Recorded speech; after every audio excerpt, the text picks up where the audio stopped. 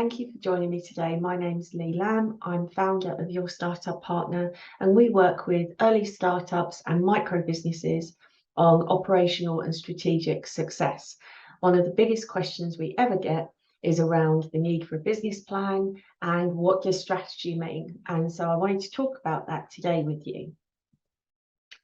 So what we're going to be covering in this talk is the difference between a business plan and a business strategy, and then how to create both. So once you've got the distinction clear in your mind, how you go about each of the exercises and why you would need both of them. So what are the differences between your business plan and a strategy? Now, I find that analogies work best if you're going into an area that may be a little bit unfamiliar to you. So I work in analogies, and I'm going to take you on a journey now, literally. So we're going to take a trip. We're going from London to Glasgow, and we want to understand the best way to get there. So while we're at home, we bring up Google Maps, we put in our starting point and our destination, and Google comes back with 2 or 3 options. Now, some of them are based on being the quickest, others might be missing toll booths, some might be the most scenic routes, but it gives you a choice of options. And whilst you're still at home, you can decide which one meets your particular objectives, i.e., if you wanted to get there as quick as possible, you'd look at the fastest route. If you wanted to maybe enjoy the 7 hours that it's going to be, you would maybe go for the more scenic routes.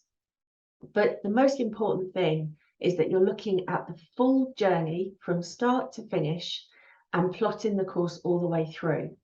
Now, this is equivalent to your business plan. A business plan is that moment before you actually execute that asks you to plot the whole journey out from the very beginning. So you're understanding where you're starting from, what resources you have, what kind of tools you have available to you. You're working out where you want to get to. And then from those points, you're able to then map the trajectory and plan out each step.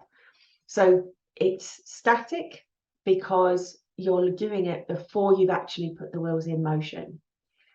Now, once we jump in the car, we go from plan to strategy. The reason being, we take our destination and we bang it in our sat nav. So what the sat nav does is it says, I know that journey that you wanted to take, but it assesses whether that journey is going to be impacted by anything and then changes the route accordingly. Now, you can't use a sat nav effectively while you're sitting at home, but equally, you can't use a plan effectively once you're on the road, because both of them are doing slightly different things. The plan is to help you see a best case scenario, like everything works the way you want it to, that's what I'm going to do. Sat nav, or the strategy, actually takes you to, okay, we're still going to the same place, but the way we get there may change. And so it's far more dynamic. Now, these days, a lot of early companies and startups focus far more on the strategy. So they keep their plan relatively loose and use the strategy instead to really drive their business forward. The plan does still have a lot of power and a lot of influence, particularly if you're looking for getting investment or you want to go and apply for grants and things like that. Banks usually want you to have a business plan as well.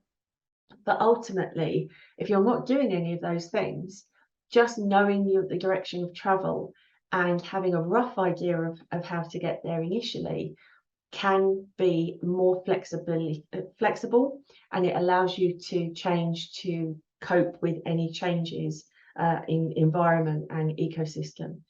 This is becoming particularly important in the last few years. The pandemic effectively ripped up the map book in terms of the way that we would normally get to places. So thinking strategically helps flex to the current situation and conditions you're facing.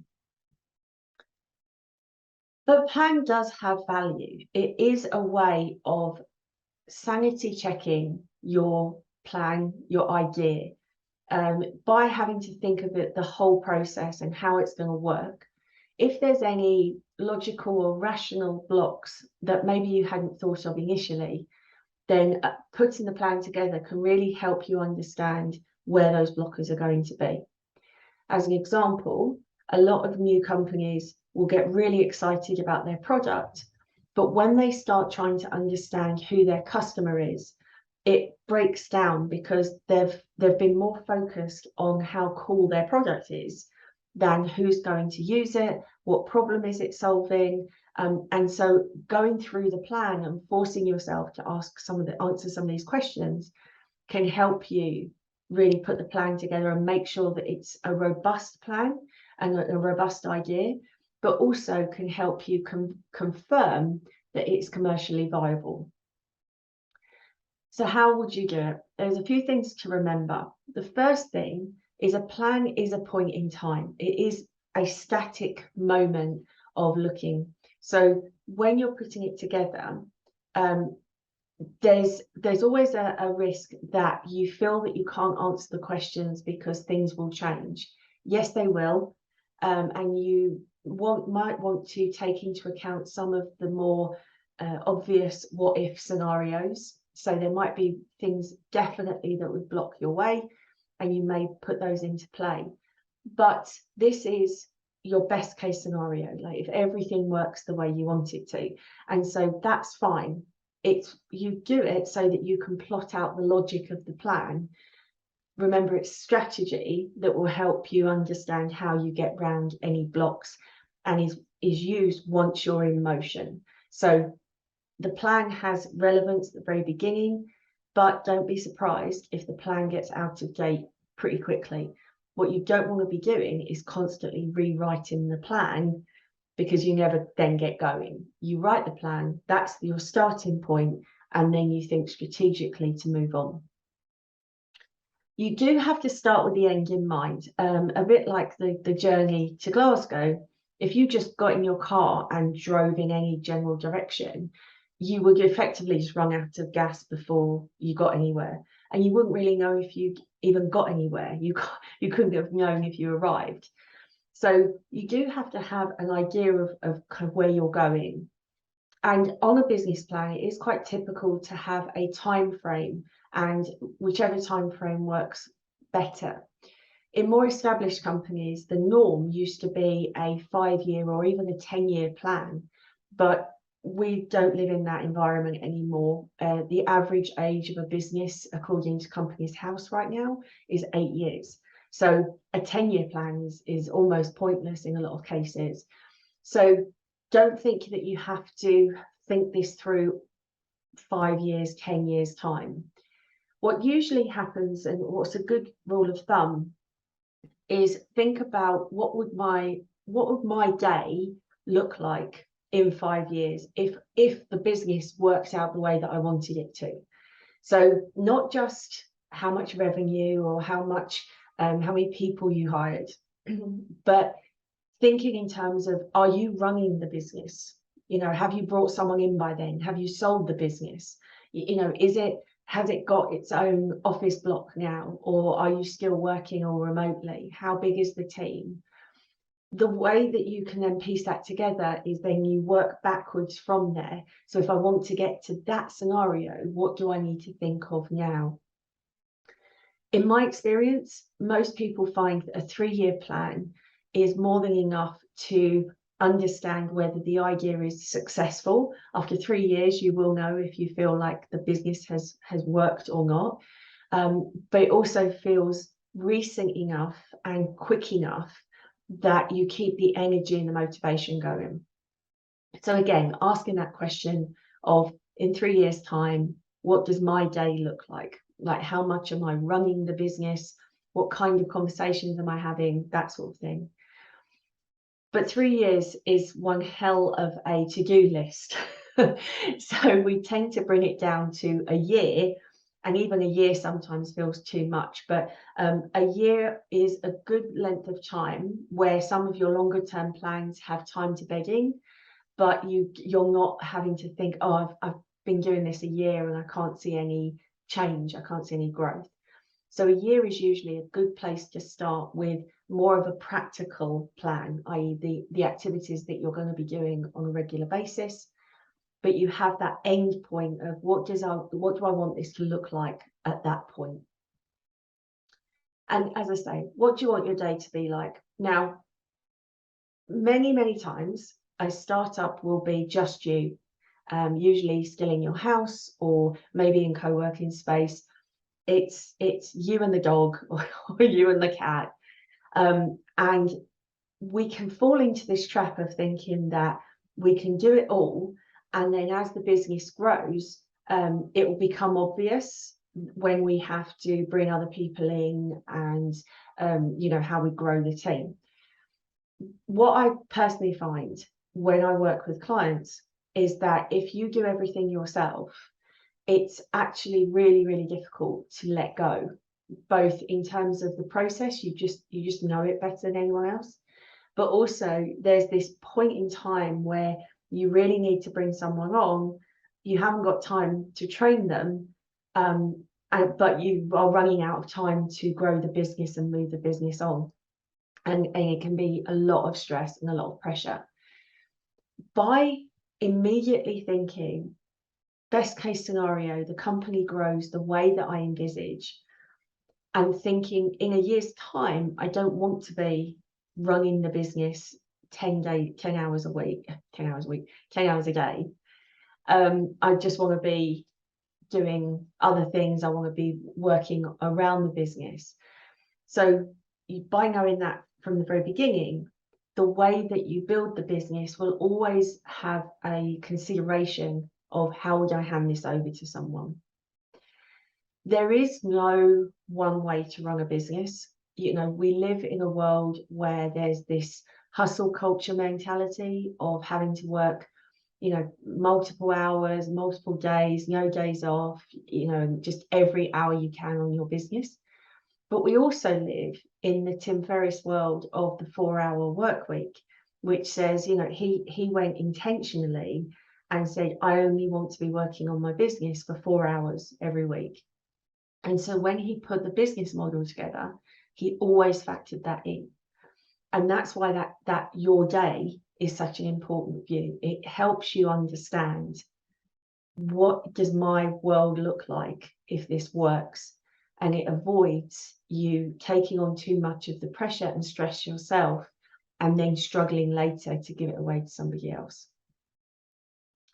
So before you start your planning, there's a few things that you need to know. First thing, where you're going. Second, the most likely route to get there. So again, think of that map. Are you trying to get there quick? Are you trying to get there in a certain way? What are the objectives of what you're going to be able to do in order to achieve it? And then also having a rough idea of things that could happen. Remember, we can't predict for sure, but we can have an idea of what might happen.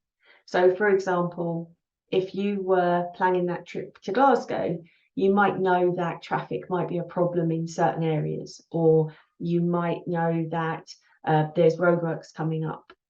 You can anticipate those type of problems. And then the most important thing is you have a rough idea of what you'll do if they come up.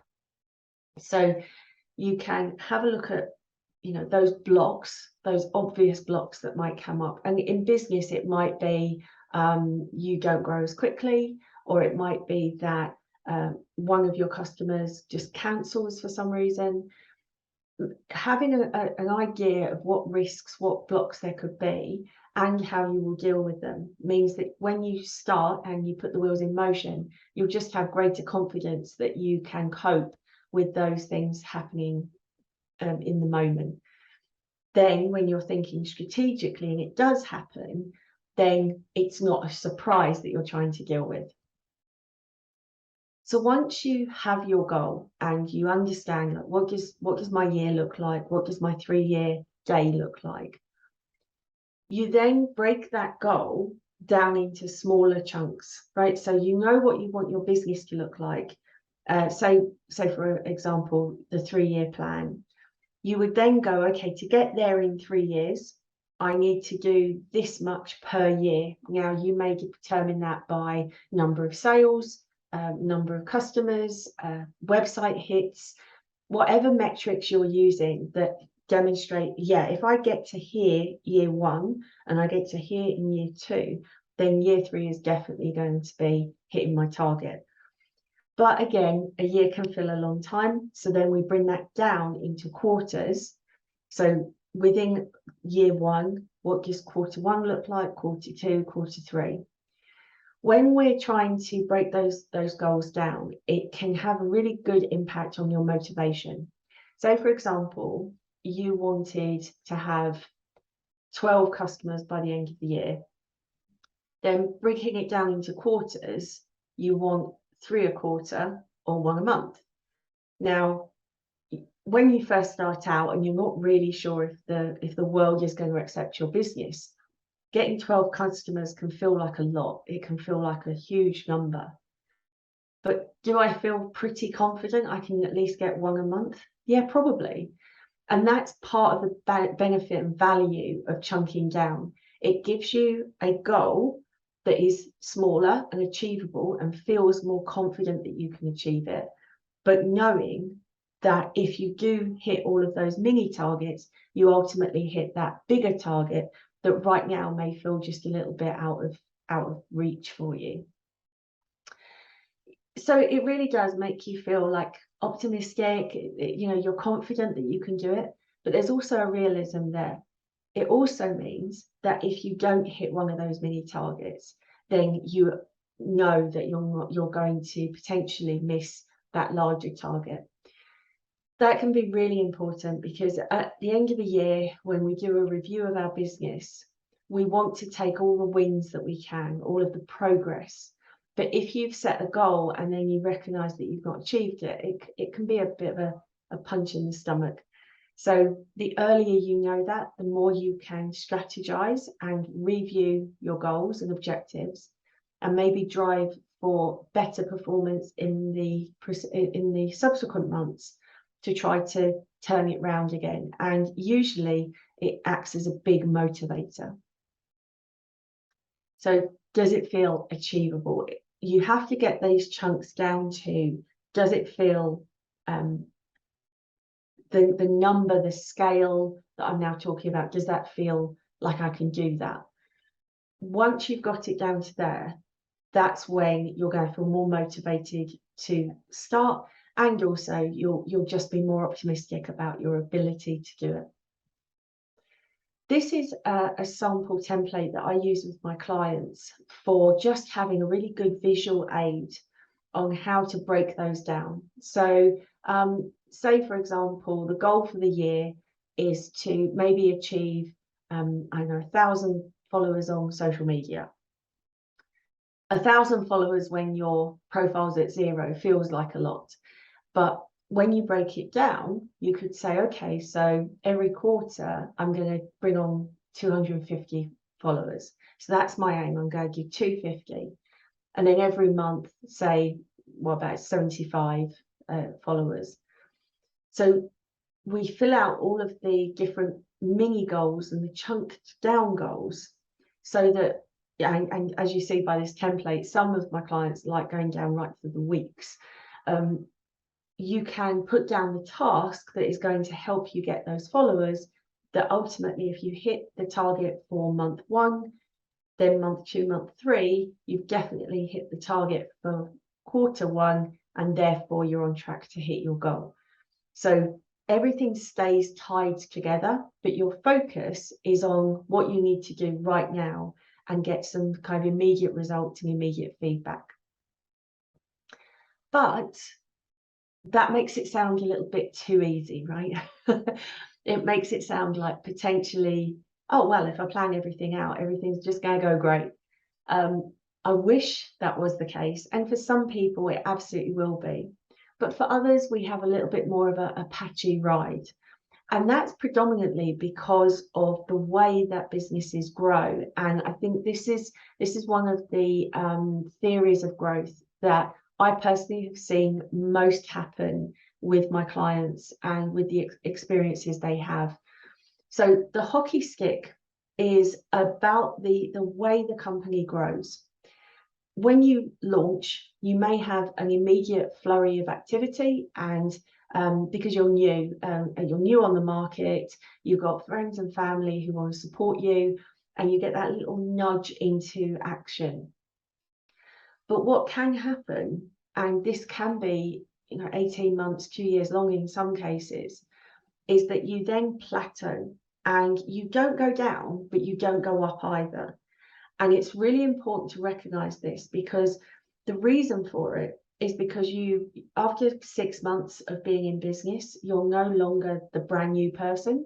So the people who are looking at were curious over the new biz, they've kind of moved on to the next new company. But your next big group of customers in your demographic need you to be around for a bit longer. They're known as the early majority, and these are the bulk of people who their trust of a business and a brand comes from having seen them in the marketplace for a while. There's like a familiarity around it. And sometimes the only way to do that is to stay in the market telling people you're there. So if you're in that process and you feel like you're doing everything you can, you're doing all of the promotion you can, you're on social media, you're marketing, and it doesn't feel like it's achieving anything, this is almost certainly the reason why that's happening. And it's just a timing thing. During those what they're calling the blade years, the most important thing is to just keep going, just keep showing up, keep making your brand visible, because at some point that early majority suddenly see you. And I wish I could predict when that was going to happen. It usually happens mostly around 2 years, 3 years into your business. But all of a sudden, they've seen your name and they've seen your brand that one more time than they did before. And they go, oh, you must be trustworthy. You must be a good business, because you wouldn't be here still. Remember, business failures are at something like 80%. And particularly around the pandemic, it was crucial to actually keep your name visible, because people just assumed the company had failed. So by keeping that visibility, you're keeping on their radar just enough so that when they see your name 2-3 years down the line, they go, oh, you must be a solid brand, because you're still here, you're still able to continue trading, and then they become interested. It is quite frustrating that they wait for this moment, but by knowing that, you can give yourself a better chance of planning correctly. If you do your year plan and you've got really aggressive growth in that first year, understanding that this growth may mean that whatever it is you do, you won't necessarily shoot up and get high levels of growth, can just help you realize that your plan could be perfect and not be getting the results that you'd anticipated because of this, rather than anything you're doing. So you factor that into the plan. As I was saying with the template before, where you may split your followers down into nice, neat packages per quarter, you may find that for Q1, Q2, you're happy with keeping really low numbers because people are still getting used to you, they're still getting familiar with you, and then anticipating more of a growth nearer the end of that as we get onto that hockey stick. And make no mistake, if you can get to this point and this inflection point, the level of growth that goes up is to this level.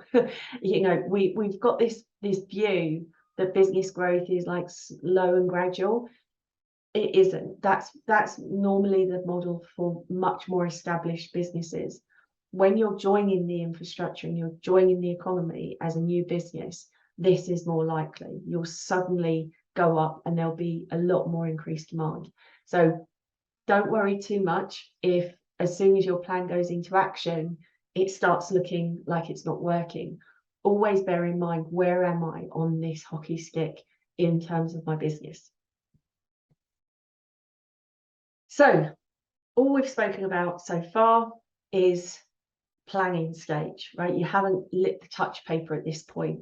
You're trying to think of every eventuality, but ultimately the proof is in the pudding. You're going to have to start and know and feel confident that as things happen, you will be able to deal with them. So how do you think of a business strategy? The first thing to bear in mind is it's not a document. So if you've been downloading the business plan templates that are 30, 40 pages long and you've been laboriously going through them, I don't want you to worry about the business strategy creating another set of big papers. Strategy is much more agile. It's much more about the approach to the work rather than writing anything down. Remember, you've always got your plan for reference. So again, some things to remember. We are thinking on the move, right? So this is thinking strategically is not about coming away from the market and reanalyzing everything. It is about sticking to the plan, keeping wheels in motion while you are also trying to think, what do I do? How do I get around this block? If we go back to our sat nav, this is you get the notification on the sat nav that there's traffic coming, and you can see it kind of calculating while you're moving along whether there is a better way, and hopefully gets you to move and change direction early enough that you don't get caught in the problem. But what we don't want to do is hit a block and stop what you're doing as a business, because a lot of false starts can be really demotivating. Having an idea of what tools you need to help you. So tools here is the resources. So, what kind of support do you need? What kind of data will you need? What kind of metrics can help you figure it all out is really important. So again, by doing the plan, by understanding what could go wrong, you'll have a better idea of how would I recognize that? How would I see that problem coming early enough that I could change direction and I wouldn't need to stop completely? And scenario planning really helps here. Thinking what ifs. So what if there is a problem at the beginning? What if you get to a particular level of growth and then something happens? The more you can put it into a more realistic scenario, the easier it will be for you to recognize. It's very easy to think of business planning and strategy as this theoretical exercise, but both of them have to be practical. They have to be able to help you in the moment. And for a lot of us, it's easier for us to think of a circumstance that might happen. Most of the questions that I get asked are framed as, but what if this happens? Or what if I do this? And so build that in, think of those lists, think of those scenarios, and then mitigate them. Have a plan for how you're going to get out of them. Because we're in motion, we want to keep things really, really simple. And so there are essentially 3 sections to how to think strategically should a problem arise. So the first thing to say to yourself is, has my goal changed? Now, this might seem a little bit strange. The goal might be 3-5 years away. But in some cases, we can hold on to what we thought we wanted for too long. A good example of this is maybe you thought that your business was all going to come from very small companies. And so in your head, your plan was just about talking to SMEs, micro businesses. And then you get a phone call from a major corporation who wants to work with you, right? If you think short term, you may take on a piece of work that makes you detour drastically from where you want it to be. And in 3 years' time, you're nowhere near the SME market, but you're over in corporations. The important thing is not to hold yourself to that. You don't necessarily want to say thanks, but no thanks to the corporation. What you want to do is ask yourself the question, does this change my goal? Like, am I still comfortable with the direction that I'm going and whether I still want that end result. And if you do, change it, right? Don't worry too much about the plan saying I was going to do this. The plan is static. It will change. The world changes far quicker now than it ever did before. So always give yourself permission to just double check that that goal is the same one that you want to go for. The second question is, do my current actions help me to get there? So we can get very busy and actually not be anywhere near achieving that goal. When I talk to clients and they are bogged down with long hours and a lot of stress and everything's kind of caving in on them, which, you know, definitely can happen, even in a good way when business is really good, can still feel like a lot of pressure. What becomes obvious is that a lot of the current activities they're involved with are not useful for that larger picture. As an example, if you have a product and you've been the one who has been doing the packing of the product, so someone orders, you do the packing and send it out. If you hit a block where you just get too busy, it is important to look at your current activities and go, well, is this going to help me get to that point of having, you know, 100 orders a week or whatever that goal was? And quite quickly, you can see that although that activity feels really necessary now, it's not actually linked to that larger, broader goal. If you're looking to actually expand and taking a lot of orders from products, then there's only so long that you can do that yourself. And it's about understanding the trigger point of bringing someone else in. So is the goal the same? Clarify that first. Then, is what I'm doing right now going to get me there? If we bring back the analogy of the trip, if I'm trying to go to Glasgow and I'm on the M4, which is heading towards Bristol, I'm definitely driving, but I'm not in the right place. So just double check that you're going in the same direction and you can see a direct link with what you're doing now with where you're going. And then third, what needs to change? So if you look at your current activities and think, this is not going to get me close, what needs to change or adapt? Maybe you need to hire someone, maybe you need to bring in a third party, change the way that you interact with customers, but something's got to change. If you're saying my goal is the same, but my current actions are not getting me there, then this third question is always something needs to change. You can get very bogged down with the here and now within a small business. And it is really important to give yourself even a really small moment to look back and look at that bigger picture.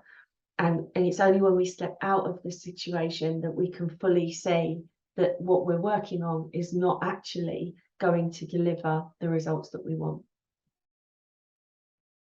And again, to reiterate, always check that you want the same goal. The reason I've reiterated this here is that when we look at what needs to change, so when we go, my goal is the same, the actions aren't going to get me there, X needs to change, you may find that the change that is required is something that you're not prepared to do. Okay, so for example, if you're really busy and you want to be, you know, a supplier for a major department store, as an example, that's your 3-year plan. And right now you're packing everything up yourself and you're making it all yourself. Clearly, those two things are not going to work together. They're not going to get you towards the goal. But then when you ask the question, what needs to change? Well, I need to hire someone. It's worth just sitting with that for a while and thinking, how does that feel? Does that feel okay? Now, when you're a startup and a smaller business, the idea of hiring someone is a big decision. And sometimes you don't feel financially ready for that. Sometimes you don't feel like mentally or emotionally ready for it. And so when you realize, hey, to get that goal, I have to do this thing that I'm really uncomfortable with. Giving yourself another opportunity to say which one's more important. Do I want the goal enough to push myself through that resistance, or do I change the goal so that it feels more realistic for me? So you're always calibrating. Where am I going? Do I still want to get there? And am I prepared to do what it takes in order to get there? So remember this. You've got to know what success looks like. That end destination is incredibly important. I know a lot of founders who from externally look very successful, but they still feel like they're not quite there yet. And a lot of the work that I do with them is helping them understand what is that then? What have you defined as success that doesn't feel like you've got it? External success is great. A business that looks like it's booming, absolutely fantastic. But if your success looks like it's a business that's generating a bit of revenue and you've hired someone and now you're off, doing other things, then success, but you're still there, won't feel like success. So really understand your own personal version of success, not just how big the company is, what the revenue is. And please, please, please celebrate when you get there. The goal will always change. Like in 3 years' time, you will have new goals. You will have new places that you can go now based on what it is you've done to get to that stage. So the goal will always move, but really define what success will feel like in 3 years' time. Define it now, and then when you hit that moment, celebrate it. Give yourself a moment of reflection to see how far you've come. When the business does start growing and it gets really busy, it's really tempting to just keep looking for striving forward. But it is immensely important to have those moments of reflection, to see the progress you've made and recognize what it took to get to that level. Thank you so much for listening to me talk about your business plan and strategy. I wish you all the success for your business, and do feel free to contact me on the details provided if you have any questions about what I've discussed today, or you'd like to talk to me about how I can help support your business. Have a fantastic day. Thank you.